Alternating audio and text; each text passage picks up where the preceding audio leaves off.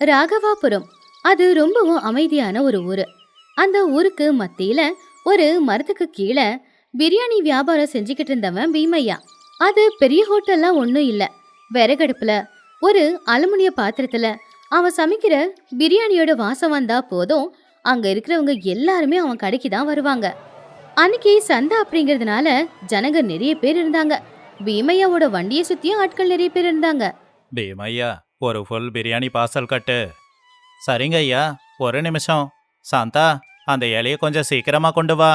பச்சை பசேல் இருக்கிற வாழை இலையில சுட சுட பிரியாணியை போட்டு அது கூட கொஞ்சம் வெங்காயத்தையும் எலுமிச்சை பழத்தையும் வச்சு அதுக்கு மேல ஒரு இலையை வச்சு கயிறால கட்டிக்கிட்டு இருந்தா பீமையா. அவன் கடையில வந்தவங்க எல்லாருமே அந்த பிரியாணியை சாப்பிட்டு பார்த்து ரொம்பவும் சந்தோஷப்பட்டாங்க. அருமையா இருக்கு. இந்த பிரியாணியை சாப்பிடும்போது நேரா சொர்க்கத்துக்கே போற மாதிரி இருக்கு. மசாலாவும் காரமும் கம்மியா தான் போட்டிருக்க. ஆனா எப்படி பீமையா, உன் பிரியாணி இவ்வளோ நல்லா இருக்கு? அது ஒன்றும் இல்லைங்க ஐயா, தரமான பொருள், சுத்தமான சமையல், அதோட கொஞ்சம் அன்பு, இதாங்க ஐயா ரகசியம். 10 வயசு ராஜு, 8 வயசு மல்லிகா 2 பேருமே பீமையாவோட கடைக்கு வந்தாங்க. அவங்கள பார்த்ததும் தான் பீமையாவுக்கு உசுரே வந்த மாதிரி இருந்துச்சு. அப்பா, இன்னைக்கு வியாபாரம் நல்லா போச்சா? நல்லா போச்சுடா கண்ணா. அன்னைக்கு வியாபாரம் முடிஞ்சு பிரியாணி பாத்திரமும் காலி ஆயிடுச்சு, பணமும் வந்துச்சு. ஆனா வந்த பணத்தை எண்ணி பார்த்துக்கிட்டு இருந்த சாந்தாவோட முகத்துல சந்தோஷம் இல்ல. ஏங்க, இன்னைக்கு லாபம் மொத்தம் 800 ரூபாய். நாளைக்கு 500 ரூபாய்க்கு பொருளே வாங்கணும். ராஜுவுக்கு ஸ்கூல் ஃபீஸ் கட்டணும். மல்லிகாவுக்கு புது துணி வாங்கி தரேன்னு சொல்லியிருக்கோம். எப்படிங்க முடியும்? கஷ்டப்படாத சாந்தா, கடவுள் இருக்காரு. நம்ம நேர்மையையும் உழைப்பையும் கடவுள் பார்த்துக்கிட்டு தான் இருக்காரு. ஏதோ ஒரு வழி காட்டுவாரு. பசங்களை நீ பயமுறுத்தாத. ஆனா கடவுள் அவங்களுக்கு பெரிய சோதனையை வச்சிருக்காருன்னோ, அவங்க வாழ்க்கையில ஒரு பெரிய புயல் வரப்போகுதுன்னோ அந்த குடும்பத்துல யாருக்குமே தெரியாது. ஒரு வாரத்துக்கு அப்புறமா எப்பவும் போலவே பீமையா சாப்பாடுக்கு தேவையான பொருட்களை எடுத்துக்கிட்டு சந்தைக்கு வந்தான். ஆனா அன்னைக்கு சூழ்நிலை வேற மாதிரி இருந்துச்சு. பீமையா எங்க வண்டி நிறுத்துவானோ அங்க எதிர்க்க இன்னொரு பிரியாணி வண்டி இருந்துச்சு. ஆனா அது பீமையா வண்டி மாதிரி பழைய வண்டி இல்ல. பளிச்சுன்னு பெயிண்ட் எல்லாம் அடிச்சு லைட் எல்லாம் போட்டு பளபளன்னு ஜொலிச்சுது. அந்த வண்டியில இருக்கிற போர்டுல ஸ்பெஷல் தம் பிரியாணி அப்படின்னு எழுதி போட்டிருந்துச்சு. அந்த வண்டியோட ஓனரான சேகர் பாக்குறதுக்கு ரொம்ப பந்தாவா சட்டை பேண்ட் எல்லாம் போட்டுக்கிட்டு கழுத்துல தங்க செயினும் போட்டிருந்தான். பக்கத்திலேயே டேப் ரெக்கார்டர் வச்சு சினிமா பாட்டும் போட்டிருந்தான். அந்த சினிமா பாட்டோட சத்தம், அவன் கடையில எரிஞ்சுக்கிட்டு இருக்கிற லைட்டு, இதெல்லாம் ஜனங்களை அப்படியே கவர்ந்துச்சு. அப்பதான் நாயுடு அந்த பக்கமா வந்தான். ஆமா பீமையா, பாத்தியா? உனக்கு போட்டியா பட்டணத்துல இருந்து வந்த ஒருத்தன் பிரியாணி கடை திறந்திருக்கான். அவன் பிரியாணி வாசனை தெரு முழுக்க வீசுது. பீமையா அந்த பக்கமா பார்த்தான். உண்மைதான், சேகரோட வண்டியில இருக்கிற அந்த பிரியாணி மனம் அந்த சந்தையில இருக்கிற எல்லாரையுமே கவர்ந்துச்சு. ஆனா பீமையா செய்யற பிரியாணியில நல்ல ஒரு மனம் இருந்துச்சு. ஆனா அந்த பக்கம் சேகர் செய்யற பிரியாணியில ஏதோ ரசாயன கலந்த மாதிரி இருந்துச்சு. இந்த வாசனையில ஏதோ தப்பா இருக்குங்க ஐயா. தப்பா என்ன இருக்கு? வாசனை கமகமன்னு இருக்கு. விலை கூட உன்னை விட 5 ரூபாய் கம்மி தானாமா. பாரு ஜனங்க எப்படி குவியறாங்கன்னு. வாங்கம்மா வாங்க, ஒரு தடவை என் ஸ்பெஷல் தம் பிரியாணியை சாப்பிட்டு பார்த்தீங்கன்னா மறுபடியும் வருவீங்க. ஒரு பிளேட்டுக்கு அரை பிளேட்டு பிரியாணி ஃப்ரீ. அந்த ஆஃபருக்கும் அந்த ஆடம்பரத்துக்கும் ஜனங்க எல்லாமே கவரப்பட்டாங்க. பீமையாவோட கடைக்கு வரவங்க எல்லாரும் கூட அவன் கடையை தாண்டி சேகரோட கடைக்கு தான் போய்கிட்டு இருந்தாங்க. எப்பவுமே 1 மணி நேரத்துல காலியாகிற பிரியாணி கொண்டா அன்னைக்கு மதிய நேரம் ஆனாலும் பாதி கூட காலியாகல. இதுவரைக்கும் சிரிப்போடு இருந்த அவனுடைய முகத்துல சோகம் வந்துச்சு. சாயந்தர நேரம் சாந்தம்மா அங்க வந்து இப்படி கேட்டா, ஏங்க, இன்னைக்கு பாதி பிரியாணி அப்படியே மீந்து போச்சே, என்ன பண்றது? நம்ம சாப்பிடுவோம், குழந்தைங்களுக்கு கொடுக்கலாம், ஏழைங்களுக்கு கூட கொடுக்கலாம். ஆனா தூக்கி போடாத, சாப்பாடு கடவுளுக்கு சமம் அப்படின்னு அங்க இருந்த ஏழைங்களுக்கு அந்த பிரியாணிய பங்கு போட்டு கொடுத்தாங்க. நாட்களும் போச்சு. சேகரோட வியாபாரம் ரொம்ப நல்லபடியாவே நடந்துகிட்டு இருந்துச்சு. ஆனா பீமையோட வியாபாரம் தான் சரியா நடக்கவே இல்ல. ஜனங்க எல்லாருமே சேகரோட பிரியாணிக்கு அடிமை ஆயிட்டாங்க. யாரும் பீமையா கிட்ட வர்றதே இல்ல. ஒரு நாள் ராத்திரி நேரம் பீமையா வீட்டுல சாப்பிட்டுக்கிட்டு இருந்தப்போ அவனுடைய புள்ள ராஜு இப்படி கேட்டான், அப்பா, என் ஃப்ரெண்டுங்க எல்லாரும் அந்த புது பிரியாணி ரொம்ப நல்லா இருக்குன்னு சொல்றாங்க. நாம ஏன்பா அந்த மாதிரி செய்யல? ராஜு, அப்படியெல்லாம் பேசக்கூடாது. உங்க அப்பா சமைக்கிற சாப்பாடு கடவுள் பிரசாதம் மாதிரி. அவங்க சுவைக்காக ஏதேதோ ரசாயனங்களை கலக்கறாங்க. அது சுவையில்ல, விஷம். இந்த உண்மை இன்னைக்கு இல்லைனாலும் ஒரு நாள் ஜனங்களுக்கு புரியதான் போகுது. ஆனா அந்த நாள் எப்ப வருமோ அப்படின்னு தெரியாம பீமையா ரொம்பவும் சோர்ந்து போய் உட்கார்ந்திருந்தான். கடங்காரங்க வீடேறி வந்து பணத்தை கேட்க ஆரம்பிச்சிட்டாங்க. ராஜுவோட ஸ்கூல் ஃபீஸ் கட்ட முடியல, பொருட்கள் வாங்கவும் பணம் இல்ல. ஒரு காலத்துல ஊர்ல இருக்கிற அத்தனை பேரோட பசியை தீர்த்த பீமையா இன்னைக்கு குடும்பத்துல இருக்கிறவங்களோட பசியை தீர்க்க முடியாம அலைஞ்சுக்கிட்டு இருந்தான். ஒரு நாள் அந்த ஊரோட தலைவரான ராமையா பீமையாவை பார்க்க வந்தாரு. என்ன பீமையா, வியாபாரம் எப்படி இருக்கு? என்ன சொல்றதுன்னு தெரியல தலைவரே. என் கையோட பக்குவம் போயிடுச்சா இல்ல இந்த ஜனங்களோட எதிர்பார்ப்பு மாறிடுச்சா? என்னோட 40 வருஷ அனுபவத்துல இப்படி ஒரு நிலைமை வந்ததில்ல. கஷ்டப்படாத பீமையா, காலம் மாறிக்கிட்டே தான் இருக்கும். ஆனா உன்னோட தர்மத்தை நீ விட்டு கொடுக்காத. ஒரு நாள் இல்ல ஒரு நாள் உனக்கும் நல்ல நேரம் வரும். ஆனா அவருடைய வார்த்தைங்க பீமையாவோட வயித்த நிரப்ப முடியல. சரியா அதே நேரத்துலதான் நாயுடு அந்த பக்கமா சேகர் கடையில வாங்கின பிரியாணி பொட்டலத்தை வாங்கி கொண்டு வந்துகிட்டு இருந்தாரு. என்ன தலைவரே, இங்கதான் இருக்கீங்களா? வாங்க பட்டணத்து பிரியாணி சாப்பிடலாம். பீமையா பிரியாணி சுவையா தான் இருக்கும், நான் இல்லைன்னு சொல்லல. ஆனா இந்த பிரியாணி சாப்பிடும்போது வர்ற கிக்கே தனிதான். பீமையாவோட முகம் ரொம்பவும் வாடி போச்சு. இத்தனை நாளா அவன் கடையில வந்து சாப்பிட்டுக்கிட்டு இருந்த இவராலேயே அவனை புரிஞ்சுக்க முடியலையே, மத்தவங்க எங்க இருந்து புரிஞ்சுக்க போறாங்க அப்படின்னு அவன் மனசுக்குள்ள நினைச்சான். இப்படியே 2 மாசம் போச்சு. ராகவாபுரம் அதோட சந்தோஷத்தை இழந்துச்சு. எங்க பார்த்தாலும் உடம்புக்கு முடியாம ரொம்பவும் அசதியா இருக்கிற ஆட்கள் மட்டும்தான் தெரிஞ்சாங்க. ஒவ்வொரு வீட்லயும் யாராவது ஒருத்தங்க அஜீர்ண கோளாறு, வாந்தி, மயக்கம் இப்படி வியாதியால கஷ்டப்பட்டுக்கிட்டு இருந்தாங்க. முதல்ல ஏதோ காத்து சரியில்லைன்னு நினைச்சாங்க. அதுக்கப்புறம் தண்ணி சரியில்லையோ அப்படின்னு யோசிச்சாங்க. அந்த கிராமத்துல இருக்கிற கிளினிக்கு இப்போ நிறைய ஆட்களோட நிறைஞ்சு போச்சு. என்னங்க இது, எல்லாரும் ஒரே மாதிரி உடம்பு முடியாம போயிருக்காங்க. இவங்கெல்லாம் என்ன சாப்பிட்டாங்க? என்ன சாப்பிட போறாங்க? எப்பவும் சாப்பிடுற சாப்பாடு தான். ஆனா என்ன, இப்பெல்லாம் எல்லாரும் அந்த புது பிரியாணி தான் சாப்பிடுறாங்க. அப்ப அங்க இருக்கிற எல்லாரும் ஒருத்தங்க முகத்தை ஒருத்தங்க பாத்துக்கிட்டாங்க. எல்லாருக்குமே அதே சந்தேகம்தான். நாயுடு உடம்பு முடியாம படுத்த படுக்கை ஆயிட்டான். ஐயோ, என் வயிற்றுக்குள்ள யாரோ சண்டை போடுற மாதிரி இருக்கு. இந்த விஷயம் ஊர் முழுக்க பரவுச்சு. எல்லாருக்கும் உடம்பு முடியாம போனதுக்கு காரணம் சேகரோட பிரியாணி தான் அப்படின்னு எல்லாருக்குமே சந்தேகமும் வந்துச்சு. தலைவர் ராமையாவுக்கு கூட இந்த விஷயம் தெரிய வந்ததுனால அவரு ஊர்ல இருக்கிற சில பேரை வர சொல்லி சொன்னாரு. பாருங்க, நம்ம ஊர்ல எப்பவும் இப்படி ஒரு வியாதி வந்து யாரும் அவஸ்தைப்பட்டதில்ல. இதுக்கு புது பிரியாணி தான் காரணம். அப்படி அவன் என்னதான் செய்யறான்னு அவன் சமையல் கட்ட போய் பார்க்கலாம் வாங்க. இந்த விஷயத்த கேள்விப்பட்டு ஊஜனங்க எல்லாருமே ரொம்பவும் கோவப்பட்டாங்க. கத்தி கபடா எடுத்துக்கிட்டு சேகரோட கடையை தாக்குறதுக்காக போய்கிட்டு இருந்தாங்க. அன்னைக்கும் சேகர் எப்பவும் போலவே பிரியாணியை செஞ்சு வச்சுட்டு கஸ்டமர்ஸ் யாரும் இன்னும் வரலையா அப்படின்னு காத்துக்கிட்டு இருந்தான். அந்த நேரம் தலைவர் கூட சேர்ந்து ஊஜனங்க எல்லாரும் கோவமா வண்டியை நோக்கி வரதை பார்த்து அவன் ரொம்பவே பயந்துட்டான். என்ன இது, நீங்க எல்லாரும் எதுக்காக இப்ப இங்க வந்திருக்கீங்க? பாரு சேகர், அப்படி உன் பிரியாணியில எண்ணத்தை கலக்கற. ஊர்க்காரங்க எல்லாரும் உன் பிரியாணி சாப்பிட்டு படுத்த படுக்கை ஆயிட்டாங்க. அதெல்லாம் ஒன்றும் இல்லைங்க சார், நான் நல்ல பொருளை தான் போடுறேன், என்னன்னா பாருங்க. ஆனாலும் அங்க இருக்கிறவங்க எல்லாரும் கோவத்துல அவன் வண்டியில என்னெல்லாம் பொருள் வச்சிருக்கான் அப்படின்னு தேட ஆரம்பிக்கும் போது ஒரு இடத்துல வெள்ளையா ஏதோ பொடி இருக்கிற சின்ன சின்ன பொட்டலம் கிடைச்சது. இங்க பாருங்க தலைவரே, இந்த பாக்கெட்டை பாருங்க. தலைவர் உடனே அந்த பாக்கெட்ல என்ன இருக்குன்னு பார்த்தாரு. அது ரொம்பவும் பயங்கரமான ரசாயனம். என்னடா இது? அது டேஸ்டிங் சால்ட் சார். பட்டணத்துல எல்லாருமே சுவைக்காக இதைத்தான் கலப்பாங்க. அப்பதான் டாக்டர் ராமபூர்த்தி அங்க வந்து அதை பார்த்து, இது டேஸ்டிங் சால்ட் எல்லாம் ஒன்றும் இல்ல, அஜினமோட்டோ. இதை உணவுல கலந்தா உணவோட சேர்ந்து தீமையும் உருவாகும். தினமும் இதை சாப்பிட்டா வயிற்றுல புண்ணு வரும், செரிமான கோளாறாகும். தினமும் சாப்பிட்டா கேன்சரே வரலாம். அதை கேட்டதுமே ஜனங்களோட கோவம் பல மடங்கு அதிகமாச்சு. அட பாவி, உனக்கு உயிருனா விளையாட்டா போச்சா? இருங்க, சட்டத்தை கையில எடுக்காதீங்க. இவனுக்கு தண்டனை கொடுத்தாகணும். ஆனா அது வேற விதமாதான். டேய் சேகரு, மரியாதையா உன் மூட்டை முடிச்செல்லாம் கட்டிக்கிட்டு விடியறதுக்குள்ள ஊரை விட்டே போயிடு. மறுபடியும் இந்த ஊருக்குள்ள காலை வச்சினா உன் காலை உடைச்சி போலீஸ்கிட்ட ஒப்படைச்சிடுவேன். இது இந்த ராகவாபுர பஞ்சாயத்தோட தீர்ப்பு. சேகர் உயிர் பயத்தோட தலை குனிஞ்சி அவனுடைய பொருட்கள் எல்லாத்தையுமே எடுத்துக்கிட்டு அவமானப்பட்டு அங்கிருந்து கிளம்புனான். சேகர் போனதுக்கு அப்புறமா எல்லாரும் பெருமூச்சு விட்டாங்க.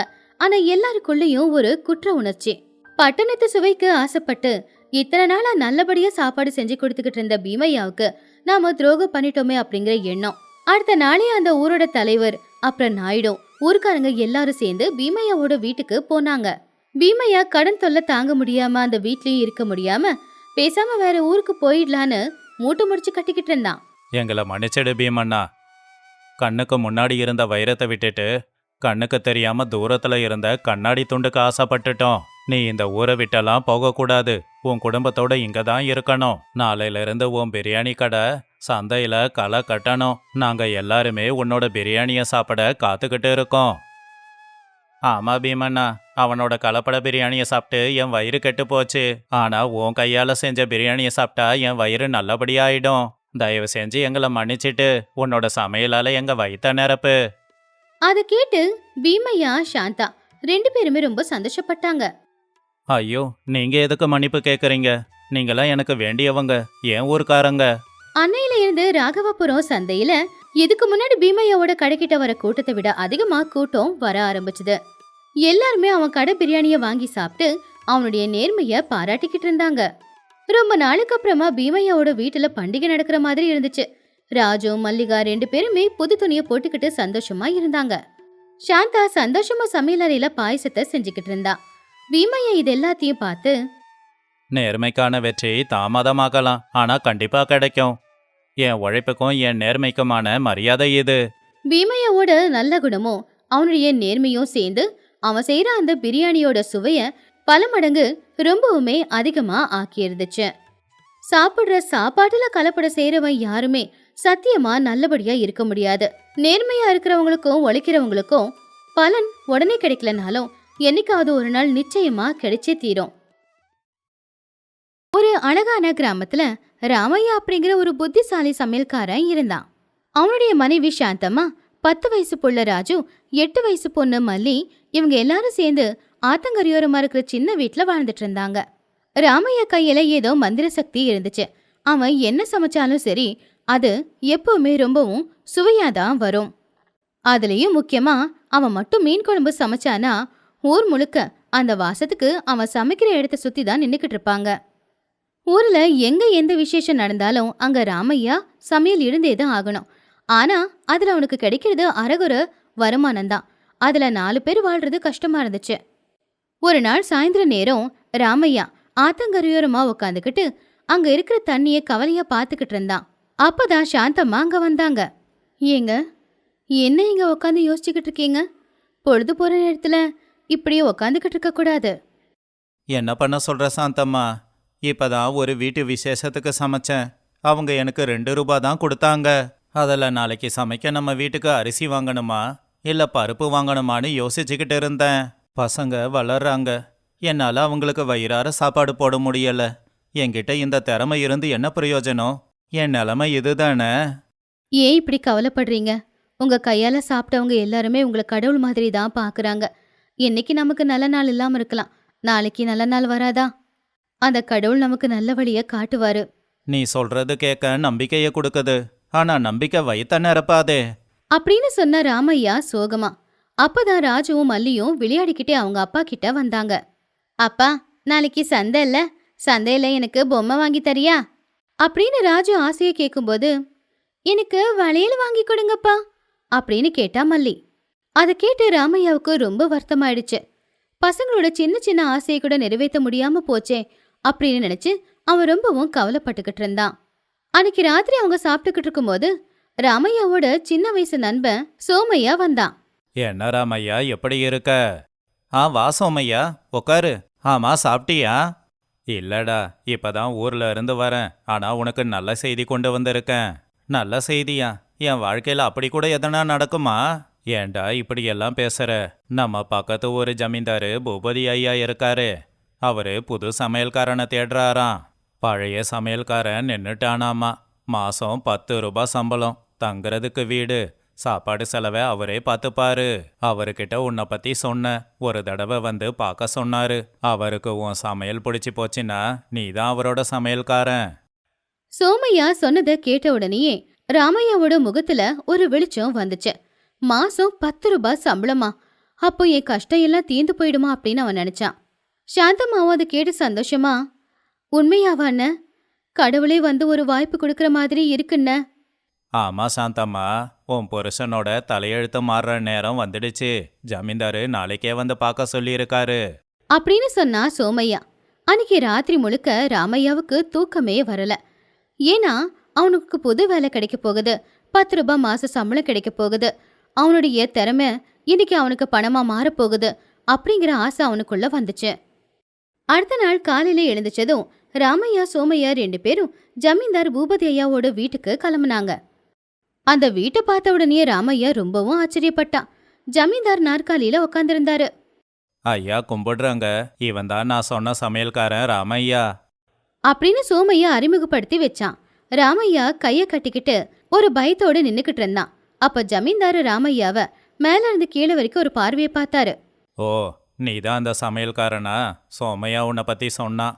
நீ சமைக்கிற சாப்பாடை சாப்பிட்டா அமிர்த மாதிரி இருக்குமாமே, உண்மைதானா? ஐயா, அது அவன் ஏதோ பாசமா? அப்படின்னு தயக்கத்தோட சொன்னா ராமையா. சரி, வெறும் வாய் வார்த்தை எதுக்கு? இன்னைக்கு மதியத்துக்கு உனக்கு பிடிச்ச மாதிரி எதனா சமைச்சு கொடு. என் வீட்டு சமையலறையில் எல்லா பொருளும் இருக்கும். ஆனா ஒன்று, நீ சமைச்சு கொடுக்கறது பிடிச்சா மட்டும்தான் உனக்கு வேலை. இல்லைன்னா நீ வந்த வழியிலேயே திரும்ப போனோம். என்ன சொல்ற? ஐயா ஒத்துக்கிறங்க ஐயா. ஜமீன்தார் சமையலறையில வேலை பார்த்துக்கிட்டு இருந்த ரங்கையாவை கூப்பிட்டாரு. ரங்கையா அந்த சமையலறைக்கே அதிபதி மாதிரி. ரங்கையா, இவன் எந்த பொருளை கேட்டாலும் எடுத்து கொடு. அவன் சமைக்கும்போது நீ குறுக்கல போகாத அப்படின்னு சொன்னாரு ஜமீன்தார். ஆனா ரங்கையாவுக்கு ராமையாவை பார்த்த உடனே கண்ணுல ஒரு பொறாம. இவன் எவனோ புதுசா வந்து என்னுடைய இடத்த பறிச்சுப்பானோ அப்படிங்கிற எண்ணம் தெளிவா தெரிஞ்சுது. ஆனா வெளியில காட்டிக்கல. சரிங்க ஐயா, வாங்க ராமையா, என்ன வேணுமோ கேளுங்க அப்படின்னு சிரிச்சுக்கிட்டே பேசினான். ராமையாவும் தைரியமா சமையலறைக்குள்ள போனான். அந்த சமையலறையே ஒரு வீடு சைஸ்ல தான் இருந்துச்சு. ராமையா மனசுக்குள்ள அவனுடைய திறமைய நிரூபிக்கிறதுக்கு இப்பதான் சரியான வாய்ப்பு கிடைச்சிருக்கு அப்படின்னு நினைச்சுக்கிட்டான். ராமையா களத்துல இறங்கினான். 3 விதமான பொரியல், 3 விதமான குழம்பு, புளி சாதம், கடைசியில அவனுக்கு ரொம்பவும் பிடிச்ச மீன் குழம்பையும் அவன் செஞ்சான். அவன் சமைக்கும் போதே அந்த மனமே எல்லாருக்குமே பசிய அதிகமாக்கிக்கிட்டு இருந்துச்சு. ரங்கையாவும் மற்ற வேலைக்காரங்களும் ராமையாவோட வேகத்தையும் சுத்தத்தையும் பார்த்து ஆச்சரியப்பட்டாங்க. மதியம் சாப்பாட்டு நேரத்துல ஒரு வாழை இலையில ராமையா சமைச்ச எல்லா சாப்பாடையும் கொண்டு வந்து பரிமாறினான். ஜமீன்தாரும் உக்காந்துக்கிட்டு ஒன்னொன்னா சாப்பிட்டு சுவை எப்படி இருக்கு அப்படின்னு பார்த்துக்கிட்டு இருந்தாரு. ஆனா அவருடைய முகத்துல எந்த ஒரு மாற்றமும் வரல. ராமையாவுக்கு இதய துடிப்பு அதிகமாச்சு. அப்போ கடைசியில அவரு ராமையா வச்ச மீன் குழம்ப சாப்பிட்டதுமே அதோட சுவை அவரை பேச வச்சது. அவருக்கு அது ரொம்பவும் பிடிச்சிருந்துச்சு. ஆஹா, அருமை அருமை. என் வாழ்க்கையிலேயே இப்படிப்பட்ட மீன் குழம்ப சாப்பிட்டதே இல்லை. நீ சமைச்சது எல்லாமே ரொம்ப அருமை. அதுலயும் இந்த மீன் குழம்பு ரொம்ப ரொம்ப நல்லா இருக்கு அப்படின்னு ஜமீன்தார் சந்தோஷமா சொன்னாரு. ராமையா, நான் வச்ச சோதனையில நீ ஜெயிச்சிருக்க. இனிமே நீ தான் இந்த வீட்டுக்கு மகாராஜா, அதாவது என் சமையல் அறையோட மகாராஜா அப்படின்னு சொல்லி சிரிச்சாரு. ரங்கையா, இவனுக்கு பின்னாடி இருக்கிற வீட்டை கொடுத்துடு. நாளைக்கே நீ குடும்பத்தோட அந்த வீட்டுக்கு வந்து குடியேறலாம். அதை கேட்டு ராமையா ரொம்ப சந்தோஷப்பட்டான். ரொம்ப சந்தோஷங்க ஐயா, நான் போயிட்டு வரேன்.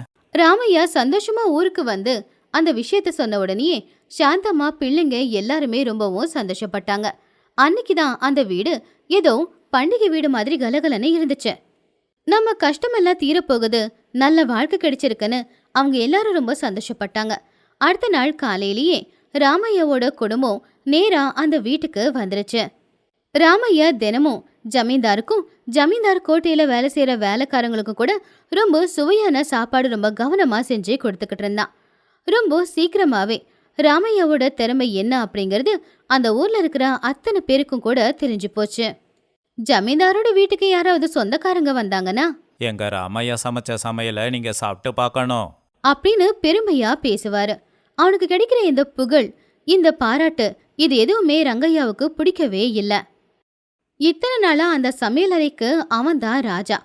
ஆனா ராமையாவோட வருகையால அவன் அங்க மட்டமாயிட்டானோ, எல்லா புகழும் ராமையாவுக்கு தான் போகுதோ அப்படிங்கிற எண்ணம் தான் அவனுக்கு. இந்த ராமையாவை எப்படியாவது இங்கிருந்து துரத்தியே ஆகணும், இல்லனா இங்க என்னுடைய வேலை எதுவும் நடக்காது, அதுக்கு ஏதாவது திட்டம் போட்டே ஆகணும்னு ரங்கையா முடிவு பண்ணான். ஒரு நாள் ரொம்ப முக்கியமான விருந்தாளிங்க ஜமீன்தாருடைய கோட்டைக்கு வரறதா இருந்துச்சு. அதனால ஜமீன்தாரு ராமையாவை கூப்பிட்டு, ராமையா, இன்னைக்கு விருந்து ரொம்ப நல்லா இருக்கணும். அதுலயும் முக்கியமா நாட்டுக்கோழி குழம்பு ரொம்ப ரொம்ப சுவையா இருக்கணும் அப்படின்னு தனியா அத சொன்னாரு. சரிங்க ஐயா, நான் நல்லா சமைச்சு கொடுக்கறேன். அப்படின்னு ராமையா வாக்கு கொடுத்து அன்னைக்கு இன்னும் அதிகமா கவனத்தோட அவன் சமையல் செய்ய ஆரம்பிச்சான். ரங்கையா உதவி செய்யற மாதிரி ராமையாவை சுத்தி தான் வந்துகிட்டு இருந்தான். ராமையா உன் கையில ஏதோ வித்தை இருக்கு, நீ சமைக்கிறது எல்லாமே நல்லா இருக்கு. அப்படின்னு சொன்னா ரங்கையா. அட அதெல்லாம் எதுவும் இல்லைங்க, ஏதோ சமைக்கிறான் அவ்வளவுதான். அப்படின்னு சொன்னா ராமையா. இப்படி பேசிக்கிட்டு இருக்கும்போது எல்லா சமையலும் முடிஞ்சு கடைசியில நாட்டுக்கோழி குழம்பு செஞ்சுக்கிட்டு இருந்தா ராமையா. உப்பு காரம் எல்லாமே போட்டு மூடிய மூடிட்டு கொஞ்சம் பக்கத்துல வச்சுட்டான். ரங்கையா, நான் போய் கை கழுவிட்டு வரேன். இந்த மீன் குழம்பு தயாரா இருக்கு, ஜமீன்தார் ஆசையா கேட்டாரு. நான் வர வரைக்கும் இதை கொஞ்சம் பார்த்துக்கோங்க. அப்படின்னு சொல்லி ராமையா வெளியில போனதும் ரங்கையா இதுதான் வாய்ப்பு அப்படின்னு நினைச்சு அவன் ஏற்கனவே பொட்டலங்கட்டி கொண்டு வந்திருந்த உப்பை வெளியில எடுத்து அந்த மீன் குழம்புல அந்த உப்பை கலந்துட்டான். ஆனா இந்த விஷயம் தெரியாத ராமையா எப்பவும் போலவே வந்து அந்த மீன் குழம்ப எல்லாரும் சாப்பிடுற இடத்துக்கு கொண்டு போய் வச்சான். விருந்து தொடங்குச்சு. சாப்பிட்டவங்க எல்லாருமே ராமையாவோட சமையலை பாராட்டிக்கிட்டு இருந்தாங்க. அது ஜமீன்தாருக்கு பெருமையா இருந்துச்சு. எல்லாரும் ரசிச்சு ருசிச்சு சாப்பாடு சாப்பிட்டுக்கிட்டு இருக்கும்போது இப்பதான் ஒரு முக்கியமான சாப்பாடு வரப்போகுதுன்னு சொல்லி ராமையா கிட்ட மீன் குழம்ப பரிமாற சொன்னாங்க. ராமையாவும் சந்தோஷமா அவன் சமைச்ச மீன் குழம்ப எல்லாருக்கும் பரிமாறினான். அதை ஒரு வாய்தான் கலந்து எல்லாரும் வாயில வச்சாங்க. அவ்வளவுதான், ஜமீன்தாருடைய முகம் வந்த விருந்தாளிங்க முகம் மாறி போச்சு. ஏன்னா ரொம்ப அதிகமா உப்பு இருந்ததுனால உப்பு கக்க ஆரம்பிச்சுது. ஜமீன்தார் கோவமா ராமையாவை முறைச்சாரு. சீச்சி, என்ன இது, மீன் குழம்புல இவ்வளோ உப்பை போட்டு வச்சிருக்கியே? அப்படின்னு ஜமீன்தார் சத்தமா கத்துனாரு. விருந்தாளிங்க முன்னாடி அப்படி நடந்தது அவருக்கு அவமானமா இருந்துச்சு. அதனால கோவமா கத்துனாரு. அந்த சத்தத்துக்கு ராமையா ரொம்ப பயந்துட்டான். அவனுக்கு என்ன நடந்துச்சுன்னே தெரியல. அப்ப ராமையா, ஐயா, நான் சாப்பிட்டு பார்த்தப்போ எல்லாம் சரியா தான் இருந்துச்சே. அப்படின்னு சொன்னான். போய் சொல்லாத, என்னை அவமானப்படுத்தவா இப்படியெல்லாம் செஞ்ச? சொந்த பந்தங்க முன்னாடி என்ன தலகுனிய வச்சிட்டியே. இதை எல்லாத்தையுமே மூலையில நின்னுக்கிட்டு பாத்துக்கிட்டு இருந்த ரங்கையா மனசுக்குள்ள உண்மையிலேயே ரொம்பவும் சந்தோஷப்பட்டான். ஐயா, தயவு செஞ்சு என்ன மன்னிச்சிடுங்க. யாரோ என் சமையலை கெடுத்து இருக்காங்க. என் திறமைய நிரூபிக்க எனக்கு ஒரு வாய்ப்பு கொடுங்க. வாய்ப்பா? உன்னை இங்க வச்சுக்கிட்டு இருந்தா நீ மறுபடியும் இப்படி தான் செய்வ. வெளியில போ. இப்பவே உன் குடும்பத்தை கூட்டிக்கிட்டு கோட்டையை விட்டு வெளியில போ. அப்படின்னு ஜமீன்தார் சொன்னது கேட்டு ராமையாவுக்கு தலையில இடி விழுந்த மாதிரி இருந்துச்சு. அவன் எவ்வளவுதான் கெஞ்சி கேட்டாலும் ராமையாவை ஜமீன்தார் மன்னிக்கவே இல்லை. வேற வழியே இல்லாம ராமையா ரொம்பவும் கவலையோட வீட்டுக்கு போனான். வாசல்ல புருஷனுக்காக காத்துக்கிட்டு இருந்த சாந்தம்மாவுக்கு புருஷனோட முகத்தை பார்த்த உடனேயே ஏதோ தப்பு நடந்திருக்குன்னு தெரிஞ்சுது. என்னங்காச்சு, முகம் வாடி போயிருக்கு, விருந்தெல்லாம் நல்லா நடந்துச்சுல்ல அப்படின்னு கேட்டப்போ ராமையாவால எதுவுமே சொல்ல முடியாம 2 பேரும் வீட்டுக்குள்ள போனாங்க. மன்னிச்சிடு சாந்தம்மா, என்னால தான் நீங்க இன்னைக்கு நடு தெருவுக்கு வந்துட்டீங்க. நம்ம எல்லாரையும் வெளியில போக சொல்லிட்டாங்க. ஏங்க, ஜமீன்தாருக்கு உங்களை ரொம்ப பிடிக்குமே, அப்புறம் எதுக்காக இப்படி சொன்னாரு? ராமையா நடந்தது என்னங்கிறத சொன்னான். அப்போ சாந்தம்மா யோசிச்சு பார்த்துட்டு, இது எல்லாத்துக்கும் காரணம் அந்த ரங்கையாவா தான் இருக்கணும். நீங்க ரங்கையாவை பத்தி ஜமீன்தார்கிட்ட சொல்லிருக்கலாம் இல்லையா? அவனுக்கு உங்க மேல பொறாம அப்படின்னு. சொன்னேன், ஆனா அவரு கோவத்துல எதையுமே கேட்க மாட்டேங்கிறாரு. என் பொழப்பு போச்சு. நான் குடும்பத்தோட இப்ப எங்க போக போறேனே தெரியல. ராஜுவும் மல்லியும் கவலையா இருக்கிற அப்பா அம்மாவை பார்த்து அங்கேயே நின்னுட்டாங்க. நடந்தது ஏதோ நடந்து போச்சு. முதல்ல பொருட்களை எடுக்கலாம். இன்னைக்கு ராத்திரி நாம இங்க இருக்கக்கூடாது அப்படின்னு சொன்னா சாந்தம்மா. அன்னைக்கு ராத்திரியோட ராத்திரியா யார் பார்வையிலேயே படாம அவங்களுடைய பொருட்களை எல்லாம் எடுத்துக்கிட்டு அவங்க வீட்டை விட்டு வெளியில கிளம்பிட்டாங்க. அவங்களுக்கு எங்க போறது என்ன பண்றதுன்னே தெரியல. ஊர் எல்லையில இருந்த அவங்களுடைய பழைய வீட்டுக்கே மறுபடியும் வந்து சேர்ந்தாங்க. அந்த பாழஞ்ச வீட்டை சுத்தமாக்கிட்டு அவங்க ரொம்ப கவலையோட அந்த வீட்டுல வாழ ஆரம்பிச்சாங்க. இப்படியே நாட்களும் போச்சு. ஆனா ராமையாவால அந்த நிகழ்வை விட்டு வெளியில வர முடியல. யாருக்கிட்டையும் எதுவும் பேசாம எப்பவுமே அவன் தனிமையிலேயே தான் உட்காந்துக்கிட்டு இருப்பான். சாந்தம்மா தான் சின்ன சின்ன வேலைகளை பார்த்துக்கிட்டு குடும்பத்தையும் நடத்திக்கிட்டு இருந்தா. பசங்க அப்பாவோட நிலைமைய பார்த்து தினமும் கவலைப்பட்டுக்கிட்டு இருந்தாங்க. அப்போ ஒரு நாள் சாந்தம்மா புருஷன் ராமையா கிட்ட, ஏங்க, இன்னும் எத்தனை நாள் இப்படியே இருக்க போறீங்க? நீங்க இப்படியே இருந்தா நாங்க என்ன பண்றது? அந்த ஜமீன்தார் உங்களை விரட்டிட்டாரு உண்மைதான். அதுக்குன்னு உங்க திறமை போயிடுச்சா? உங்க திறமை அப்படியே தானே இருக்கு. எனக்கு பயமா இருக்கு சாந்தம்மா. மறுபடியும் சமைக்கணும்னாலே எனக்கு அவமானமா இருக்கு. நாம செய்யாத ஒரு தப்புக்கு தண்டனையை அனுபவிக்க கூடாதுங்க. உங்களை நம்பி நானும் பிள்ளைங்களும் இருக்கோம்ல, தயவு செஞ்சு எழுந்துறீங்க அப்படின்னு சொல்லி சாந்தம்மா அவனுக்கு கொஞ்சம் தைரியத்தை கொடுத்தா. உண்மைதான் சாந்தம்மா, என் திறமை எப்பவும் என்கிட்ட தான் இருக்கு. அதை நான் பிள்ளைங்களுக்காக பயன்படுத்தி தான் ஆகணும். ஆனா 4 பேர் என்ன சொல்லுவாங்க? நீங்க ஏன் இப்படி யோசிக்கிறீங்க? நம்ம யாருக்கிட்டயும் வேலை செய்ய வேண்டிய அவசியம் இல்ல. நம்ம வேலைய நாம பாத்துக்கலாம் அப்படின்னு சொன்னா சாந்தம்மா. சாந்தம்மாவோட கண்ணு ஆத்துக்கிட்ட போச்சு. இதோ நமக்கு தான் இருக்கே அந்த ஆறு. அந்த ஆத்தங்கரையோரமா நாளையில இருந்து சுட சுட சாதமும் கூடவே மீன் குழம்பு செஞ்சு நம்ம விற்கலாங்க. நம்ம பொழப்ப நாமளே பார்த்துக்கலாம். எனக்கு உங்க மேல நம்பிக்கை இருக்குங்க. நீங்க வாழ்க்கையில நிச்சயமா ஜெயிப்பீங்க. சாந்தம்மா கொடுத்த யோசனை ராமையாவுக்கு பிடிச்சு போச்சு. ரொம்ப நாளுக்கு அப்புறமா அவனுடைய முகத்துல ஒரு சந்தோஷம் தெரிஞ்சுது. சரியா சொன்ன சாந்தம்மா. நாளையிலிருந்து நாம வேலைய ஆரம்பிக்கலாம். மறுபடியும் நான் எல்லாருக்கும் சாப்பாடு போடுவேன். அப்படின்னு சொல்லி ராமையாவும் சாந்தம்மாவும் அடுத்த நாள் விடிய காலையிலேயே ஆத்தங்கரையோரமா போனாங்க. அங்க இப்பதான் ஆத்துல இருந்து பிடிச்சுக்கிட்டு வந்த ஒரு பெரிய மீனை வாங்கி கொண்டு போய் வீட்டு வாசல்ல ஒரு பெரிய பந்தலையும் போட்டாங்க. ராமையா ரொம்ப நாளுக்கு அப்புறமா மறுபடியும் கரண்டிய பிடிச்சிருந்தான். அவன் கண்ணுல பயம் இல்ல, தைரியம் மட்டும்தான் இருந்துச்சு. பெரிய பாத்திரத்துல அவன் சமையல் செஞ்சுக்கிட்டு இருந்தான். இன்னொரு பக்கம் பெரிய மண்பானையில மீன் குழம்பும் கொதிச்சுக்கிட்டு இருந்துச்சு. அந்த குழம்பு கொதிக்கும் போது வர வாசம் காத்துல ஊர் முழுக்க பரவ ஆரம்பிச்சுது. ஆத்தங்கரையோரமா வேலைக்கு போறவங்க, வேலையிலேருந்து வரவங்க எல்லாருமே அந்த வாசத்தை பார்த்து அங்கேயே நின்னுட்டாங்க. யாரோ ரொம்ப அருமையா மீன் குழம்பு செய்யறாங்களே அப்படின்னு பேசிக்கிட்டாங்க. மதிய நேரம் சுட சுட சாப்பாடும் சுட சுட மீன் குழம்பும் தயாராச்சு. முதல்ல யாருமே வரல. ராமையா முதல்ல கொஞ்சம் கவலைப்பட்டான். அப்பதான் நாள் பூரா கடல்ல போய் மீன் பிடிச்சு ரொம்பவும் கஷ்டப்பட்டு திரும்பி வந்த மீனவர்கள் 2 பேர் அந்த இடத்துக்கு வந்தாங்க. அப்போ அதுல ஒருத்தன், என்னப்பா சாப்பாடு விற்கிறியா? ஒரு சாப்பாடு என்ன விலை? அப்படின்னு அவங்கள ஒருத்தன் கேட்டான். வாங்க ஐயா, 1 ரூபா தான், சாப்பிட்டுட்டு போங்க. 1 ரூபாவுக்கு வயிறார சாப்பாடா அப்படின்னு சொல்லி எல்லாருமே ரொம்பவும் சந்தோஷப்பட்டாங்க, ஆச்சரியமும் பட்டாங்க. காந்தம்மா அவங்க 2 பேருக்கும் சாப்பாடு பரிமாறினப்போ ராமையா அவங்களுக்கு சுட சுட மீன் குழம்ப பரிமாறினான்.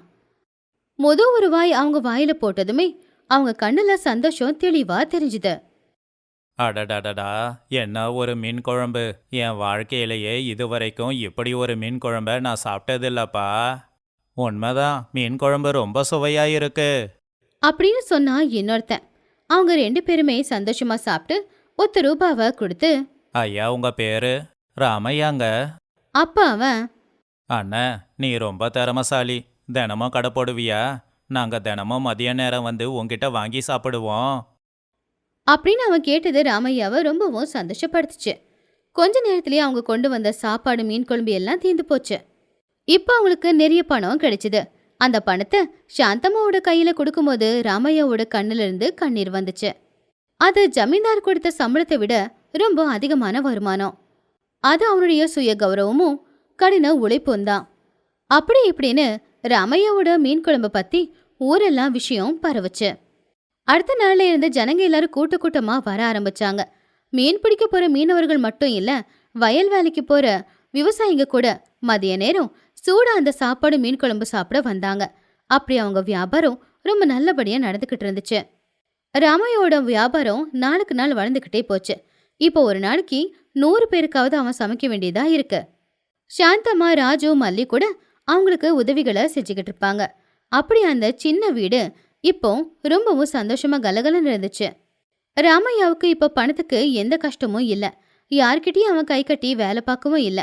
அவனுடைய திறமையை வச்சு அவன் கை நிறைய பணத்தை சம்பாதிச்சுக்கிட்டு தான் மனைவியையும் தன்னுடைய குடும்பத்தையும் நல்லபடியா பார்த்துக்கிட்டான். இப்பதான் அவனுடைய வாழ்க்கை ரொம்ப சந்தோஷமாவே இருந்துச்சு.